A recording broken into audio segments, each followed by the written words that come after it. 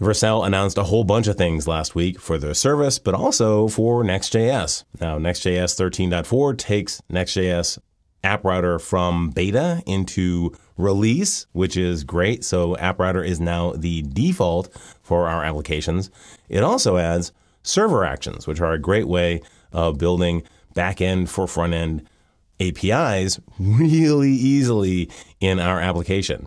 No longer would we have to use API routes. Now we can just use these server actions embedded right in our components. They are really cool. This video is going to dig into them. It's going to show you how to do them, give you some advice on when to use them and how to use them safely. Let's get right into it.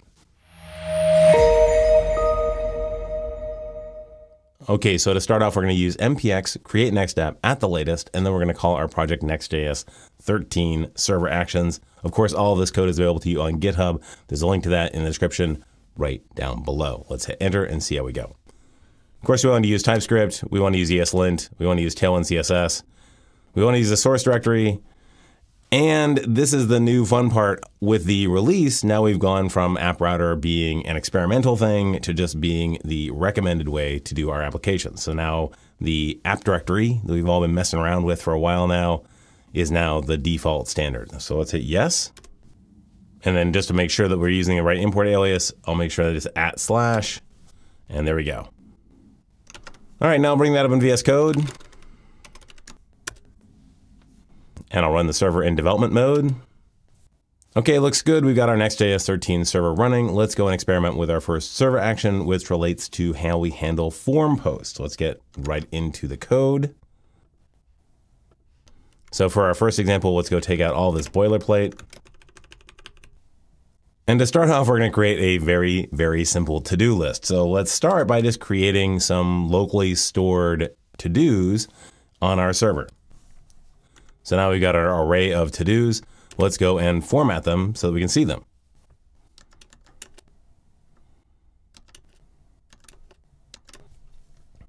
And let's just put one in there to start so we can see it. Let's go take a look at our page. Ta-da! Looks good. So we got our Learn React. Now let's go and create a form where we can submit to add items to that to-do list. So down here, I'm going to create a form tag. And then into that, I'm going to add an input for the text, call it to-do, and give it some nice Tailwind styling. And then we'll add a submit button that will submit that form. Again, with some nice Tailwind styling. Let's go take a look. And yeah, there you go. So let's say we have, hey, let's hit add, and it does nothing. So how do we go and add that to-do to the to-do list? To do that, we're going to create a server action. So let's go back over into our code. And up here in the body of the component, we're going to create a new asynchronous function called add to do. And it is going to take form data as its argument. So that would be the form data coming out of that form. Now to declare a server action, all we need to do is put use server inside of this function. And that says that it is a server action. Now in order to add that to do to our to-do list up here, we've got to go and first get that data out of the form data here. So let's go and bring that in. So to do that, we just do data.get. That is a form data object method. And we coerce that to a string. Now I've got the to-do string. And we just push that to-do onto the list of to-dos. Now all we need to do is connect this add to-do server action to the form. To do that, we just say action equals, and then give it that add to-do. Let's try it out. Okay, so it blew up, and the reason is because we don't have server actions enabled. It is still an experimental feature, so let's go and add that. Go over here to our Next.js config, and we'll add on experimental, and into there, server actions, and say that it's true. Okay, looks pretty good. Let's give it a try. So I'm going to add hello, add to do, and hit refresh, and there we go. It's added. How cool is that? But of course, we don't want to have to hit refresh in order to see the new data. Is there a way that we can do that page invalidation and revalidation automatically?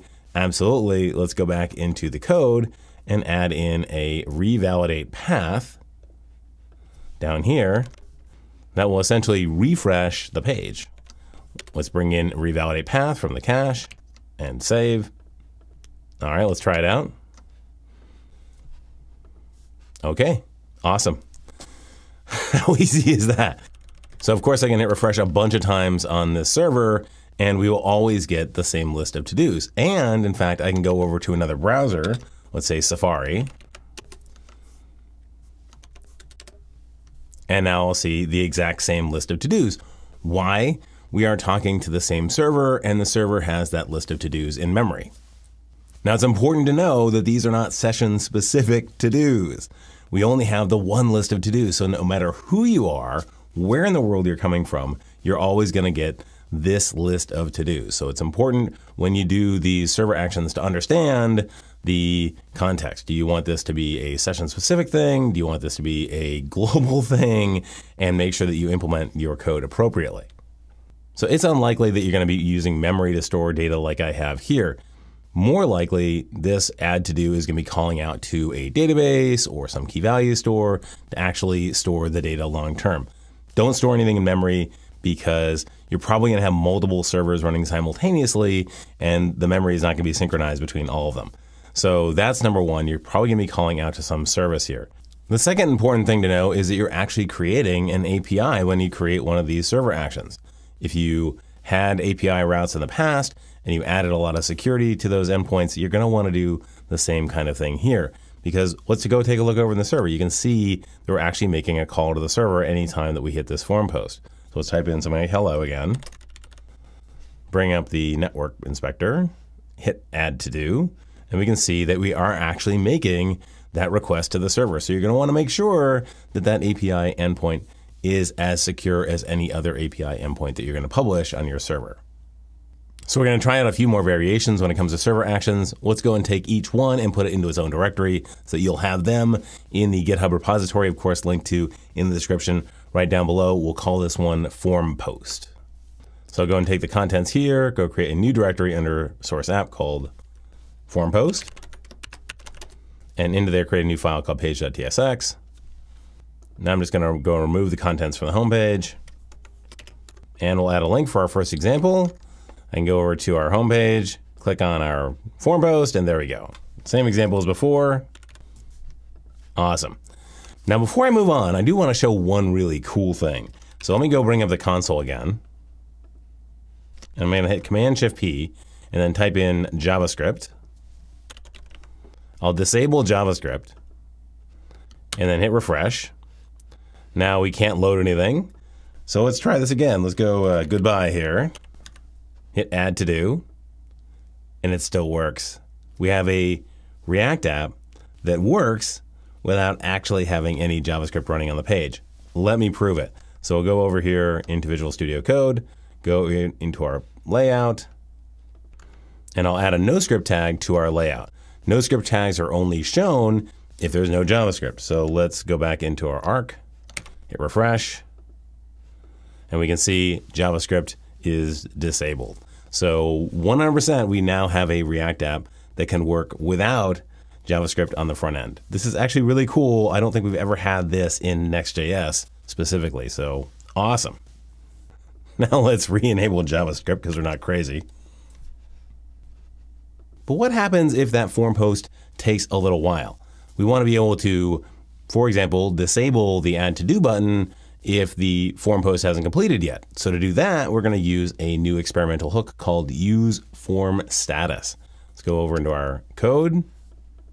So I'm going to go take our existing example, copy it, and then we're going to create a new directory called form post with status. Create a new file in there called page.tsx. Bring in our old code, and now link it up in our page. All right, looks good. Let's go take a look at our code. The first thing we want to do to simulate a slow service is to actually slow down our server action. So let's go and add a little 3-second delay in there to say, hey, it's going to take a while to actually add your to-do. So let's hit save, go back into our arc, hit hello, hit add to-do, and we can see 1, 2, 3, hello. So we want to disable the add to-do while it's waiting. So let's go back into our code.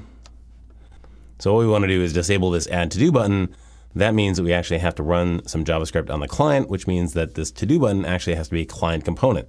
So let's go bring that into an add button component.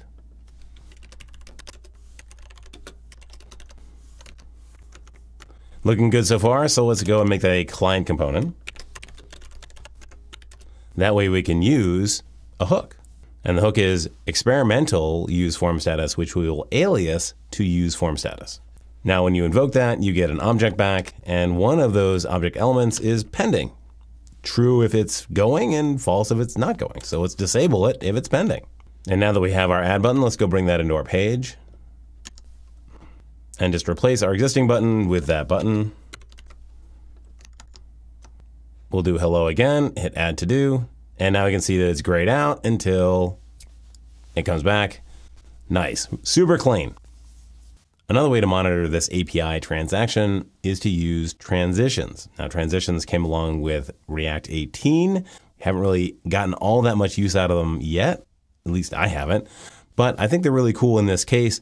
And they start us along the path of using server actions not as form post, but as just something that you would call on the server like a function directly. So let's go and create a transitions version of this, and we'll start on that journey of getting to where we make an imperative call to our server action.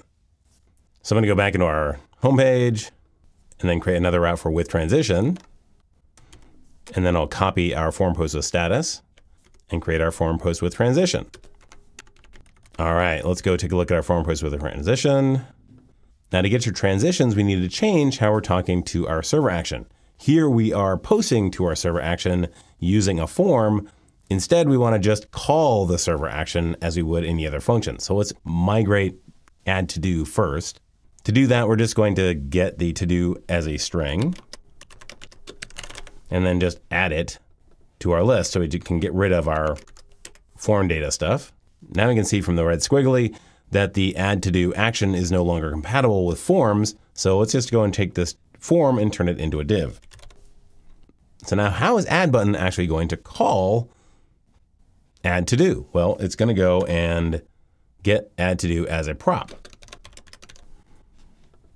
So let's go and add that to add button. And then we're just going to call add to do with the text. But how do we get the text since we don't actually have the input here? So what I recommend we're going to do is we're going to go and take this input and add it to the add button. So let's go just take out all of that div and add it into here. Now this component also controls this text input. So in order to get the value of that text input, we need to have some connection to it. We could use useState for that, or we could use a ref. So let's just use a ref, make it real easy. And we can get rid of this use form status stuff since we're no longer using a form. And then we'll create a to-do ref and just connect it to that input. So now down here in our button, let's not worry about disabled for the moment. Let's just create an on-click handler that will then handle clicking on that button and calling add to do. And then we can get rid of type submit on the button. Okay, looks pretty good. So we'll go to form post with transition, and I will try hello, hit add to do, and yes, there you go, 3 seconds. And that's actually really cool. Let's go take a look at the code and see what's happening. So we're getting this add to do function from page. That function just happens to be a server function. And then whenever we invoke it, it automatically runs on the server as opposed to on the client, updates the server state, and then we do that revalidate path to refresh the page. Of course, I think in this case, it should be / form post with transition, but it still works. Interesting. Now it works, but we want to do what we did before, which is where we gray out the button when the transaction is in flight. So how do we do that? Well, that is when we use transitions. So let's go back over into our add button, bring in use transition. Then we call that use transition, and we get back start transition, and then we wrap our add to do in that. We make it an async function. And now we have pending back because we got that from the transition. So let's go and re-enable our disabled. And try this again. Nice. Now, there's two ways that I can think of using these server actions. Of course, I'd love to hear from you in the comments about how you are going to use them. But the other way that I can think about using the server actions, as opposed to what we're doing here, which is mutating the state of the server, is just to do things like searching, as an example. So for our last example, I'm going to just create a Pokemon search example, and you'll have that as a way to see how you might do some kind of dynamic searching that has to be run off of the server on the client. So let's go and create this search example. So go back to the home page and I'll create one more example. We'll call this Pokemon search. I'll create a new directory for that. And into there, I'll create a new file called page.tsx. I'll create our Pokemon search component and then return a simple page wrapper. So let's go and start with our server function. We'll create a new function called search. It'll take a search string. We'll define it as a server function by using useServer just as we have before. And you know what, just to prove that it's actually on the server, I'm going to put in a console log there saying that we're searching for something. And then we're going to make a call out to our Pokemon API. This is the list endpoint. So if we go and bring this up in the browser, we can see that we just got a ton of Pokemon in here. In fact, 1,281, where each Pokemon just has a name and a URL. Classic REST style API. Now this Pokemon data now has an array of all those results. So let's go and filter that to just what we want coming out of our search. So we're just going to use a to lowercase on the name and see if it includes our search to lowercase. Then we're going to grab out only the name, just we want to return an array of names. And we're going to take the top 50 names that match that criteria. So that's going to be the output of our search function, is going to be just a promise to a string of names. Now we're going to invoke this server action using JavaScript off the client. So we need to have a client component to do that. So let's create a new client component called Pokemon list, and it will be a client component. And let's return a nice little template out of there. And we'll start off with the Pokemon names because that was what we're going to get at the end of that search. So let's go and create some state to hold Pokemon names. So now let's go bring that into our page and then invoke it down in here. And now we want to give it that search action so that it can actually go and make the search. Of course, it doesn't know what a search action is. So let's go and define that property. So now we want to invoke that. The first time we want to invoke it is when the component first mounts. So let's go and use a use effect for that. We use an empty dependency array because we only want it to run once. And then we're going to call that search with an empty search string and then just set the names to whatever comes back off of the request. Now this is telling us we haven't listed search as a dependency. Search is never going to change, so it's okay to just add it. Let's just add it and get ESLint off our back. And let's try it out. All right, so that's actually made the request. Let's go back over into Visual Studio Code, take a look down here, and we can see that we actually did hit the server. We're searching for nothing in this case, and that is called from a post to /Pokemon search. That in turn makes a call to the Pokemon API again on the server, and it is a cache miss because this is the first time that we've ever done that. So no problem. All right, let's go back over into here and add in a search field. To do that, we need to create some state. So we'll create some state called search string. Now let's create some UI for our search box. We want to have a search input and we want to have a search button. So we'll use a flex to actually put those side by side. And then into there, we will put our search field. And then we'll have a search button that when you click it, we'll call the onClick and we'll call it search. So we need an onClick. Let's go back over here and add an onClick. All it's going to do is just set the Pokemon names with whatever we get back from the search. How easy is that? All right, let's try it out. Let's try in bulb. Hit search. And there you go. Now let's go back to VS Code and take a look at our console. And we can see that we're doing something really cool here. We're getting a cache hit each time we do the server action. So let's go back here and take a look at our server action. We are making this call to our Poke API. this is being cached because this fetch, because it is overridden by Next.js, is a cached fetch. So we are only ever going to make that fetch call to this endpoint once. Now, if we were to go and give it different queries or change that value, then it would miss until it got the same value again, and then it would hit. In this case, we're giving it the same value over and over and over again. Therefore, we're always going to hit, and that's why the response is so fast. Now, notice that this server action is not doing the same thing as the other server actions did, where we revalidate the path. That's because nothing is changing on the server, not mutating the state of the server. All we're doing is just returning some data out of here just as we normally would any other function. So we don't have to do that path revalidation. Now, if you're more interested in this style of use case for server actions, you might want to check out Theo's Z-Act. It is a Zod/server action fusion, which allows you to do validated and type-safe APIs using this mechanism. So you basically say this particular action is going to take these particular inputs, and it makes sure that the inputs are valid coming into it. So when it comes to securing your APIs, this is actually a really good way to go.